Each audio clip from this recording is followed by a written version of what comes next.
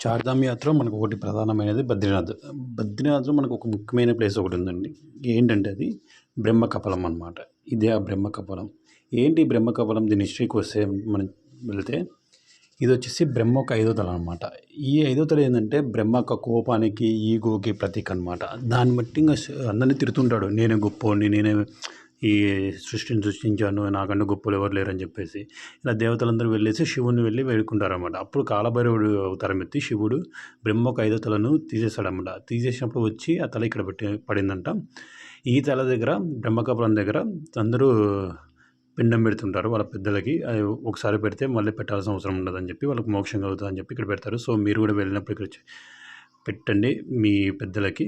I think best అనుకుంటున్నాను.